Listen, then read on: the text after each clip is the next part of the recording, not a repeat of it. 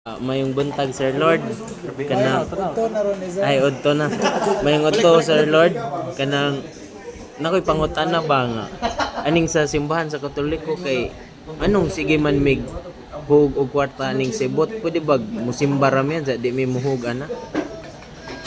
una sa tanan is sige tag pagayon sa Ginoo. So, angay lang kun nga mobawas na niya. Kaya wa para mamumugos sa Ginoo og pilay atong ihatag.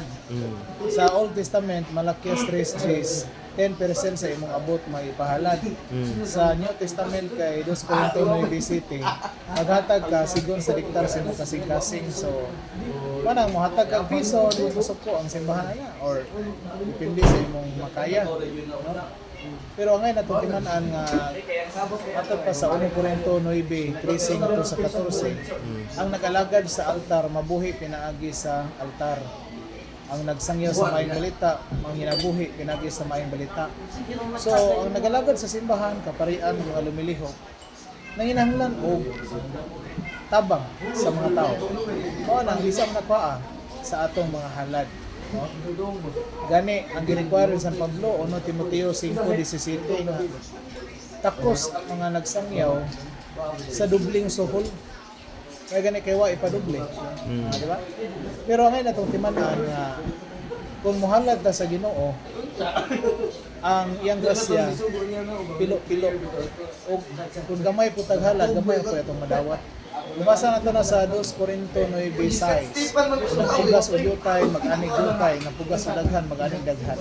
So kung daghan po kaghatag daghan po grasya madawat nimo. Ay ubang tao nga halad sila 10,000. Nya kasabot pa na nga daghan sila grasya depende na sa ilang income. Kay kung ilang income million nya 10,000 ra gihalad. Mura ra nagsensiyo. So gamay ra na grasya. Pero katong igo ra mura tong biyuda sa ebanghelyo nga gamay ra kanang gisaligan nga kwarta nya gihalad niya usa ka sentimo no usa ka dako tablag 100% na to maorte sa ligan niya gihalad no?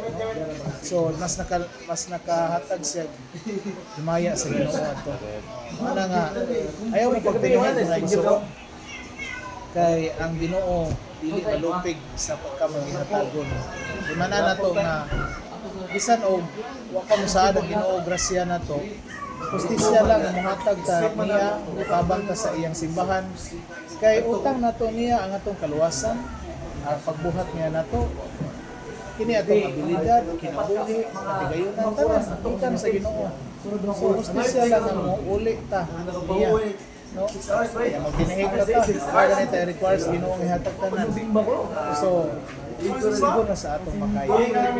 Mana na to nga ang Ginoo dili makapon sa iyong mga Lucas 6:32 kung maghatag ka ulian ka sa Ginoo pilo-pilo sobra pa sa imong mahakgom sa imong kamot siksik liglig umaapaw San Lucas 6:38 so man ito ba sir ang tanang institusyon sa kalibutan is dili mo lihok og way kwarta kay mo may sistema sa kalibutan ito sa atong Ginoong Kristo sa ministry na siya treasurer o si Judas ang treasurer nakadaot lang ni Judas kay karakot siya so daot siya sa nabuang siya sa kwarta antod nga iyang ibaligya ang iyang amo yang master si Kristo lagi sa 30 ka pilat sa lapik so manang dili daotan ng kwarta ang daotan ang sayop nga paggamit sa kwarta no wala nga madato kay sir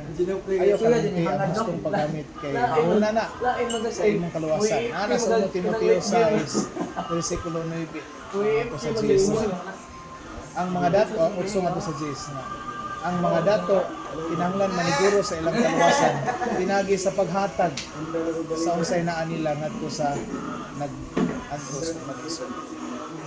Muna ito bag Ezer sa imong nindot nga pangutan. Daghang salamat Sir Lord. Thank you.